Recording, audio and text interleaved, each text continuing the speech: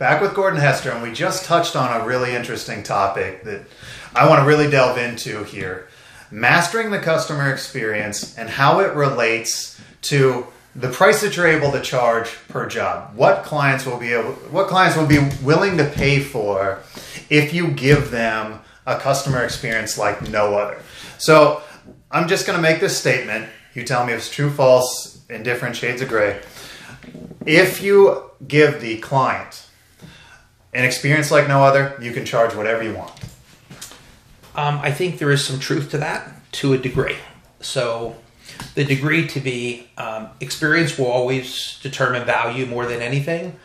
But if I'm trying to get a $100,000 sale from somebody that has $500 in the bank, just the reality begins to shape what's possible.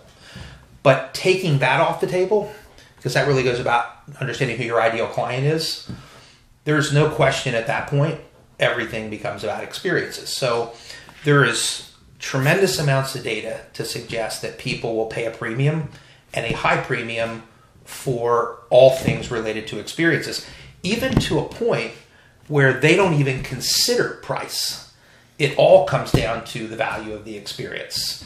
And brands know this, and there's a lot of change going on in this arena. So when I look at, let's look at price, because you asked about price.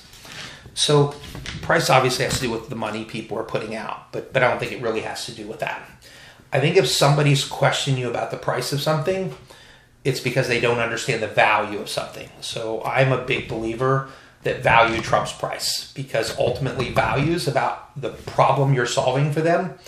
And if you make that problem big enough and you provide enough value to the solution of it, they'll pay for it. So if they're questioning, sorry to in here, if your prospect is questioning price, you think it's partly your fault as the contractor, as the person doing a proposal, that you haven't built enough value in what you're doing if they're questioning the price that you're charging? Yeah, I think that absolutely, if they're questioning price, they don't understand value. And it tends to be all that way. Now, sometimes people's perceptions and beliefs are affected by other factors. For instance, I can think of a landscaper in town in Sarasota that's like the high-end landscaper, and where somebody might get paid $25,000, he'll get paid $300,000 for the same job.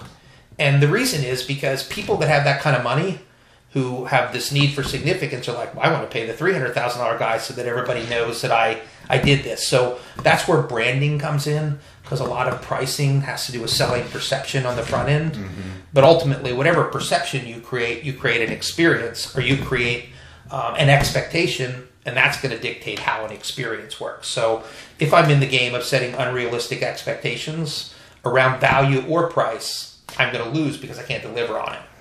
But ultimately, I think if you have a client or one of your audience that's dealing with price, they got to really take a hard look at how they're selling value. And if they think they're selling value right, then they got to go back and say, well, am I dealing with the ideal customer here?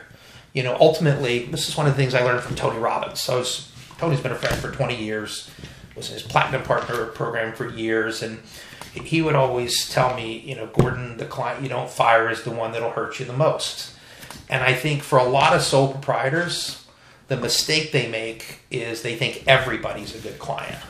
And they don't understand the concept of an ideal client and how to build those profiles. But in business today, everybody does that. So I think if you don't have that profile, so if you're selling $25,000 jobs to people that have no money, the value proposition's gone, because you're just dealing with the wrong customer.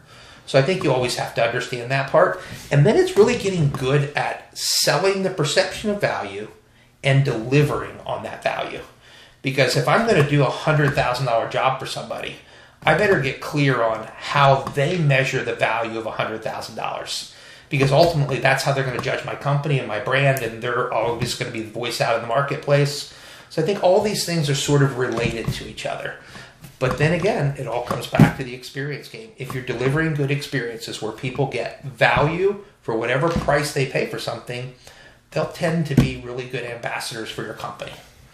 And kind of have lived by that philosophy my whole business career. Yeah, there you have it. Master the customer experience. You'll be able to charge virtually whatever you want, yes, within reason, as long as you have the right clientele and built that brand around it. Really good stuff.